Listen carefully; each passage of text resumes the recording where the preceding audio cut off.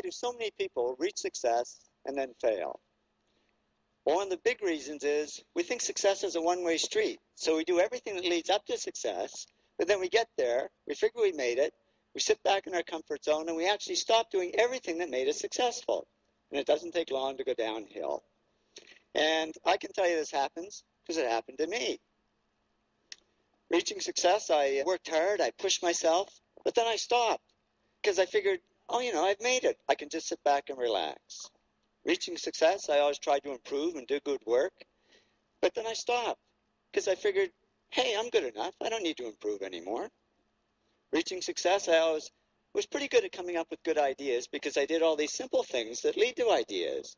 But then I stopped because I figured I was this hotshot guy and I shouldn't have to work at ideas. They should just come like magic. And the only thing that came was creative block. I couldn't come up with any ideas. Reaching success, I always focused on clients and projects and ignored the money. But then all this money started pouring in, and I got distracted by it. And suddenly I was on the phone to my stockbroker and my real estate agent when I should have been talking to my clients. And reaching success, I always did what I loved.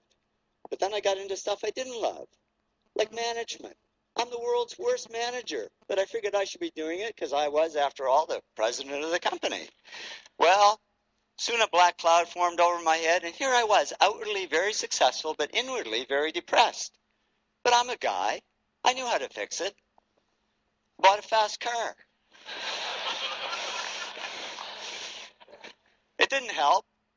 I was faster, but just as depressed. So I went to my doctor. I said, Doc, I can buy anything I want, but I'm not happy. I'm depressed. True what they say, and I didn't believe it until it happened to me, but money can't buy happiness. He said, no, but it can buy Prozac.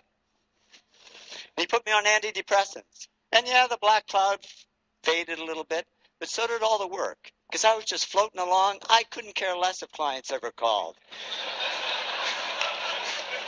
And clients didn't call. Because they could see I was no longer serving them, I was only serving myself. So they took their money and their projects to others who would serve them better. Well, didn't take long for business to drop like a rock.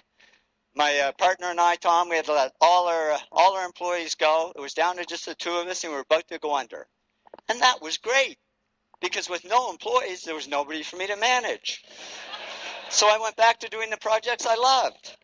I had fun again, I worked harder, and to cut a long story short, did all the things that took me back up to success, but it wasn't a quick trip. It took 7 years. But in the end, business grew bigger than ever. And when I went back to following these 8 principles, the black cloud over my head disappeared altogether. And I woke up one day and I said, I don't need Prozac anymore. And I threw it away and haven't needed it since. I learned that success isn't a one-way street. It doesn't look like this. It really looks more like this. It's a continuous journey. And if we want to avoid success to failure syndrome, we just keep following these 8 principles, because that's not only how we achieve success, it's how we sustain it. So here's to your continued success. Thank you very much.